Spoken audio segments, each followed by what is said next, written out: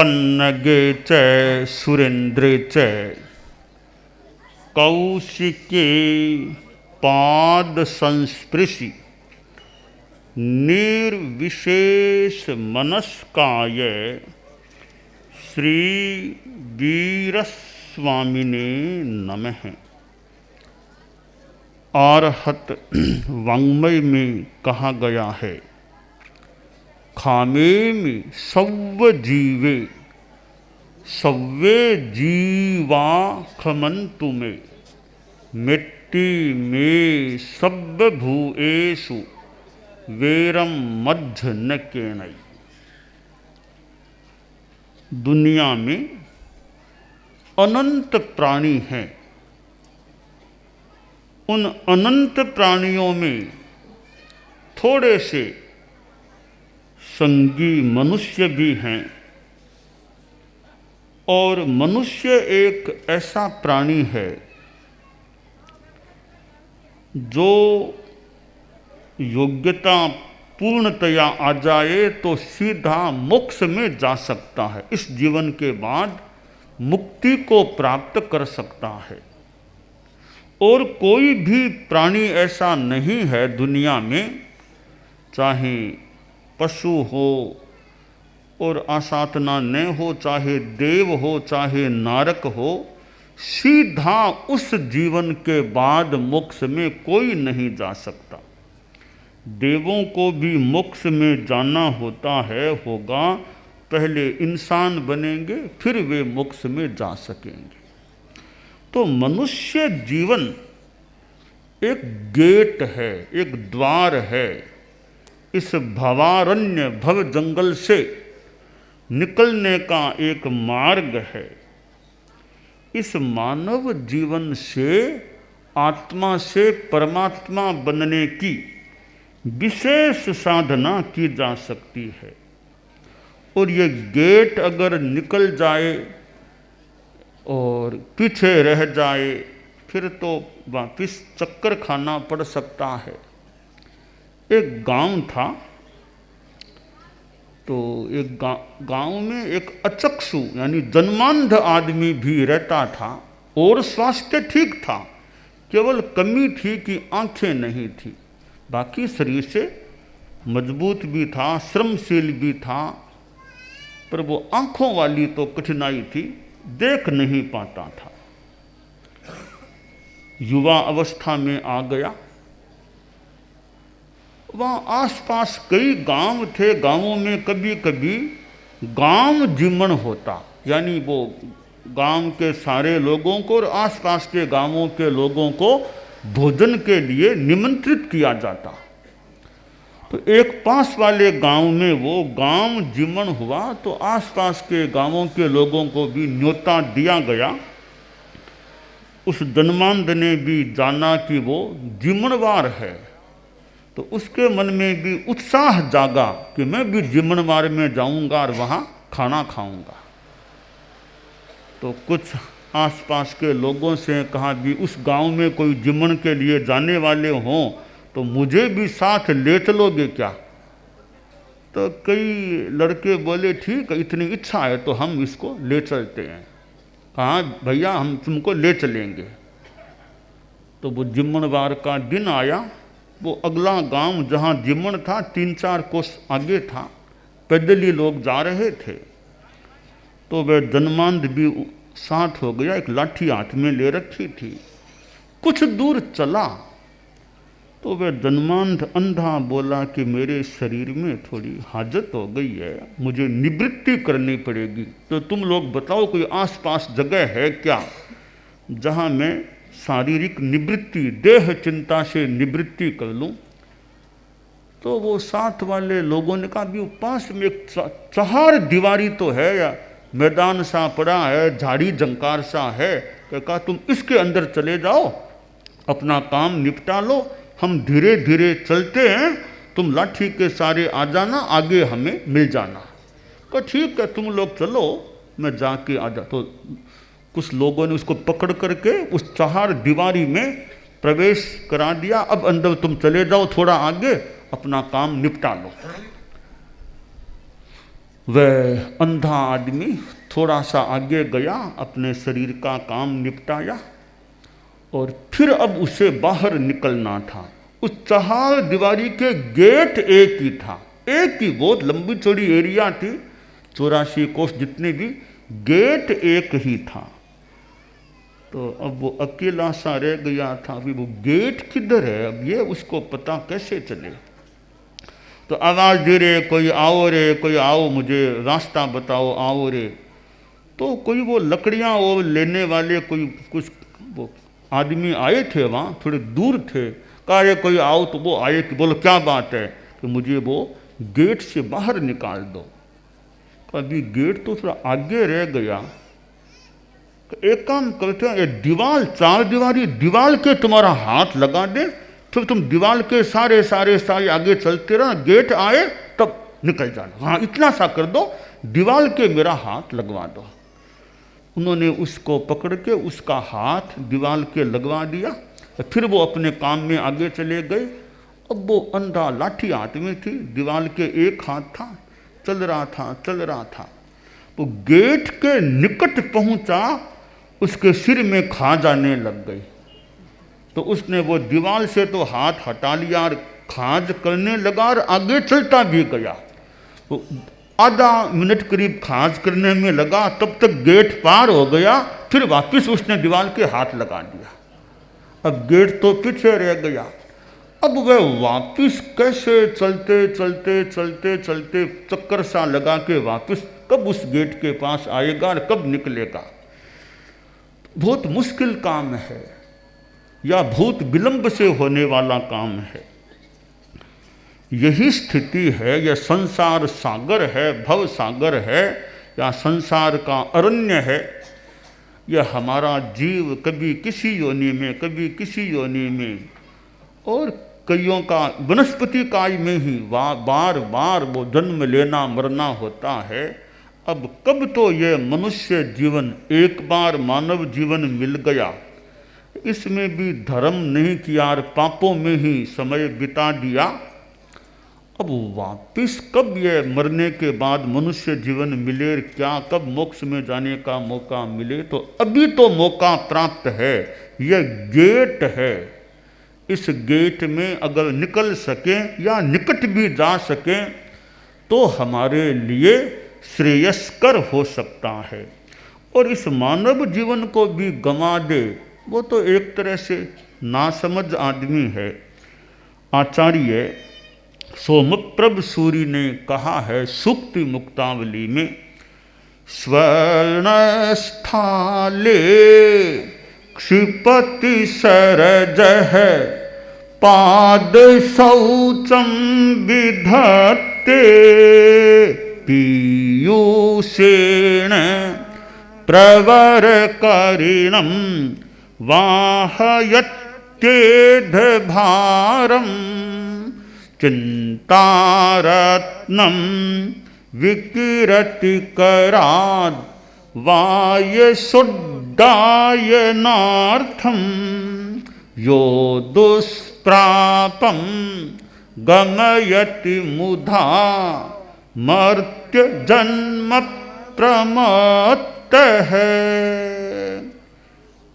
प्रमादी मनुष्य जो दुर्लभ मानव जीवन को व्यर्थ गंवा देता है, वह कैसा होता है। कुछ उदाहरण बताए गए। एक आदमी जिसको कहीं से सोने का थाल, गोल्डन थाल, सोने का थाल मिल गया। अब सोने का थाल घर में हो, कोई बड़े अतिथि को सोने के थाल में जिमाए तो समझ की बात, या खुद भी जिम ले तो भी मान ले समझ की बात है। वह आदमी क्या करता है, सोने के थाल में खाना न खुद खाता न अतिथि को खिलाता, घर की सफाई करके कूड़ा करकट है वो सोने के थाल में डाल करके बाहर फेंकता है। एक दूसरा आदमी जिसको अमृत मिल गया। अब ये अमृत की बात आती है, अब वर्तमान में तो कहाँ क्या अमृत है कि नहीं भगवान जाने, अमृत की बात साहित्य में आती है। अमृत मिल गया, अब अमृत को तो खुद आदमी पिए, किसी अपने प्रिय को पिलाए तो एक समझ की बात मान लें। अमृत को वो न पीता न पिलाता, बाहर से आता है, वो पैर गंदे होते हैं तो पानी से पैर नहीं धो करके अमृत से अपने पैरों को धोकर साफ करता है। वो कैसा नासमझ आदमी है। एक तीसरा आदमी है जिसके पास श्रेष्ठ हाथी था।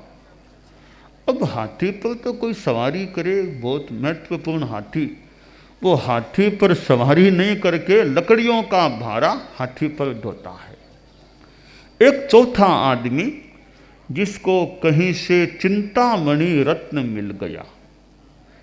चिंतामणि रत्न जैसा महत्वपूर्ण रत्न, उससे मनोवांछा पूरी करने का काम नहीं करके कोई कौवा आ गया, घर के कहीं एक जगह कौवा बैठ गया, कुराऊं कुराऊं करने लगा, तो वो चिंतामणि रत्न लेकर के फेंका कौवे को उड़ाने के लिए। अब ऐसा काम करने वाले आदमी नादान नासमझ लग कि भाई सोने के थाल में कूड़ा करकट डालने का काम करते हो, अमृत से पांव धोते हो, श्रेष्ठ हाथी पर यह लकड़ियों का भारा ढोते हो, चिंतामणि रत्न को कौवा उड़ाने के लिए फेंकते हो, तो कितने इससे ज़्यादा और यानी कितने नासमझ लोग हैं। आचार्य जी ने कहा कि जैसे ये नासमझी करने वाले हैं, इसी प्रकार जो आदमी मानव जीवन जो दुर्लभ है उसको पाकर के गंवा देता है, धर्म नहीं करता, पाप करता है, वो भी उन्हीं लोगों के समान है जो वे कार्य करते हैं। सोने के थाल में कूड़ा करकट डालना आदि काम करने वालों के समान है। तो ये मानव जीवन है, ये बहुत ही कीमती कह दें कि अमूल्य कह दें।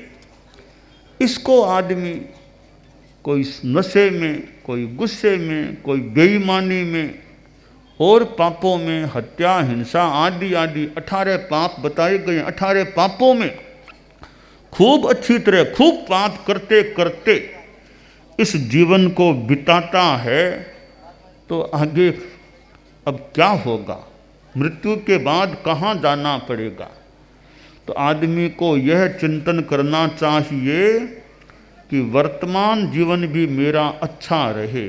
वर्तमान में मान लो ठीक है, आप लोग गृहस्थ हैं, अब पैसा भी है, ठाट बाट है, बढ़िया मकान है, कार है, एसी आदि सब बहुत अच्छी सुविधाएं हैं, बहुत परिवार के लोग भी अच्छे हैं, सब विनीत हैं, बेटा सब कहना मानने वाले हैं, ठीक है। तो मानना चाहिए पूर्व का पुण्य भोग रहे हैं, पुरानी पूर्व की पुण्याई को भोग रहे हैं, तब इतना सब अच्छा परिवार, अच्छा मकान, सुविधाएं सब ठीक है, ठाट बाट है, इज्जत भी है समाज में। तो मानना चाहिए पूर्व का पुण्य खा रहे हैं, भोग रहे हैं। तो आगे के लिए क्या करते हैं, यह तो बासी खा रही हैं, पुराना खा रहे हैं, आगे के लिए क्या कर रहे हैं।